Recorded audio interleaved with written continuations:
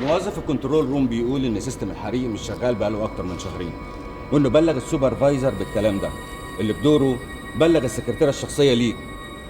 ما حصلش. بيقول ان في شهود. يقول لنا مين هم الشهود دول؟ واحده اسمها مروه عبد العال زكي. مروه صاحبتك الانتيم اللي بتشقى. يا فندم انا ما حدش قال لي حاجه، والله يا سيف ما حد بلغني باي حاجه صدقني. هو سيادتك ده محضر مفتوح ولا مجرد مناقشه عاديه ولا ايه بالظبط؟ احنا بنحاول نوصل للحقيقه يا سياده المستشار. طب طالما سعادتك عايز توصل للحقيقه يبقى دور بقى على اللي حرق المخزن وسيبك من الاهمال. عندنا مستشار قانوني هيقوم باللازم، ولا ايه يا ماهر؟ طبعا. بس انا اضطريت اتحفظ على كام واحد من اللي شغالين هنا، ومنهم السوبرفايزر، لحد ما اعمل مواجهه ما بينه وبين مروه وهند. مين عارف، مش جايز قضيه الاهمال دي توصلنا للجاني اللي حرق المخزن. ماشي، شغل سعادتك ومش هتدخل فيه.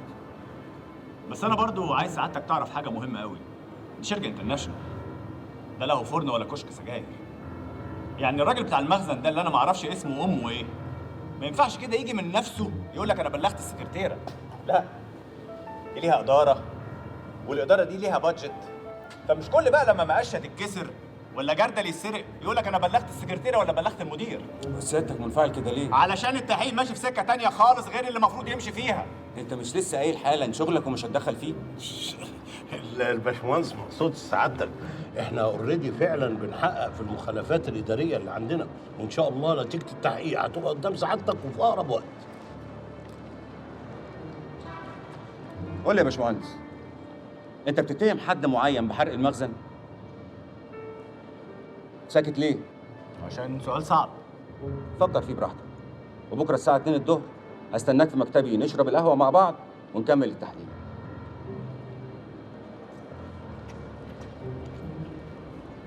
بس يا ريت الانسه هند تكون موجوده معانا.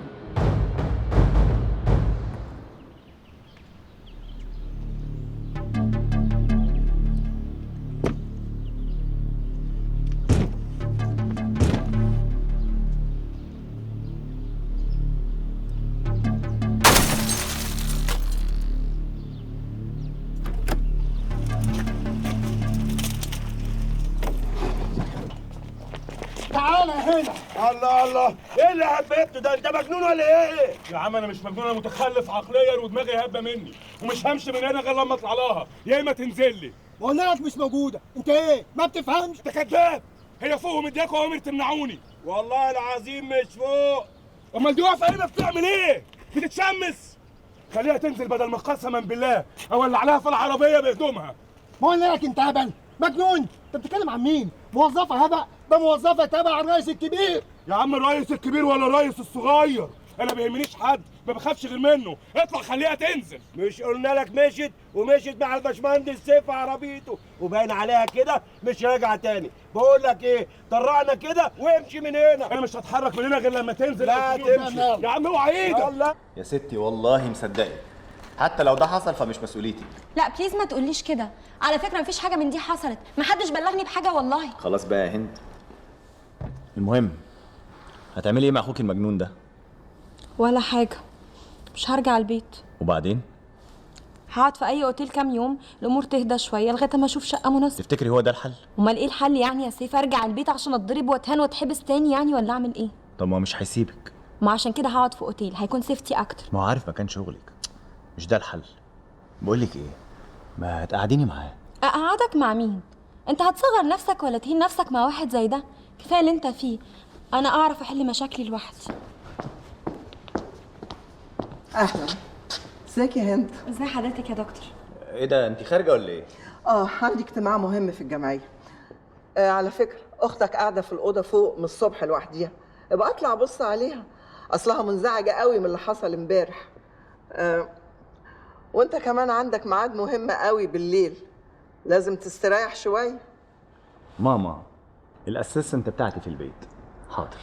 انا مش هعطلك، انا هرجع على الشركه عشان اخد عربيتي واعمل زي ما قلت لك. اوكي؟ طيب خلي رمضان يوصلك وبيطمنيني لما موبايلك يشتغل. اوكي، باي باي يا دكتور. مع السلامه. ايه يا ماما؟ ايه يا ماما؟ اجيب لك كبريت وتولعي فيها احسن، حرام عليكي، دي تاني كاسفه ليها النهارده. وهي دي وش كسوف؟ دي لازقه بغيرها، وراك وراك في كل حته، في البيت، في الشغل، في العربيه. بقول لك ايه، ما تخليها تطلع تستريح في اوضه نومك شويه. انا مش فاهم انت بتكرهيها كده ليه؟ عشان فاهمه بقى هي بترسم على ايه. حرام عليك، احلف لك بايه بس البنت دي من انضف البنات اللي انا قابلتها. طب انا بقى بحلف لك ان دي السهوكه والنحنحه بتوعها دول وراهم ان، وبكره يجي اليوم اللي تصدق فيه كلامي. طب اتفضلي على الجمعيه، اتفضلي على الجمعيه.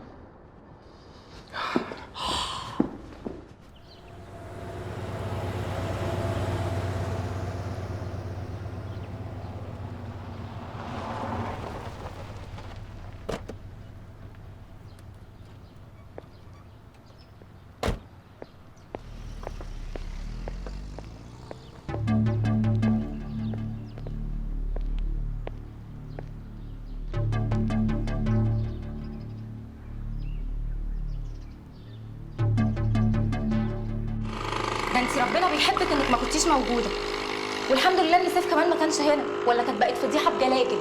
ده مجنون ده يا بنتي ولا ايه؟ بصي، انا نبهت عليهم كويس جدا ان ما حدش يجيب سيره خالص باي حاجه من اللي حصلت دي، وقلت لهم ان هو مش اخوكي ولا حاجه، قلت لهم ان هو بلطجي كده ورامي بلاء عليكي. دول كانوا عايزين يجيبوا له البوليس، وانا اللي لميت الحكايه. وانتي مالك في ايه؟ بقول لك ايه، هو السوبرفايزر بتاع المخزن اللي اتحرق اسمه علاء سالم؟ ايوه. طب هو جه في يوم كده قدامك وقال لي انه سيستم الحريق بتاع المخزن عطلان؟ ازاي يعني؟ مش فاهمه. انت مش فاكره ولا ايه؟ يخرب عقلك، اوعي تكوني ما قلتيش لسيف. انت اتجننتي يا بنت ولا ايه؟ اقول على حاجه ما حصلتش. يا بنتي حصل، انت بس اللي تلاقيكي مش فاكره. افكرك بأمارة ايه؟ فاكره يوم ما سيف كان لسه راجع من السويد وكان جايب لك هدايا وانت كنت بتفرجيها لي، واول ما علاء دخل انت خبيتي الهدايا تحت المكتب، افتكرتي؟ انت هتستعبطي يا بنت انت ولا ايه؟ في ايه يا هند؟ فينك بتكدبي؟ وانا هكدب ليه؟ راجعي نفسك يا هند، يمكن تفتكري. مساء الخير. مساء النور. كنت عايزة أحجز عندكم أوضة. كام ليلة؟ مش عارفه. أفندم؟ أسبوع. اتفضلي.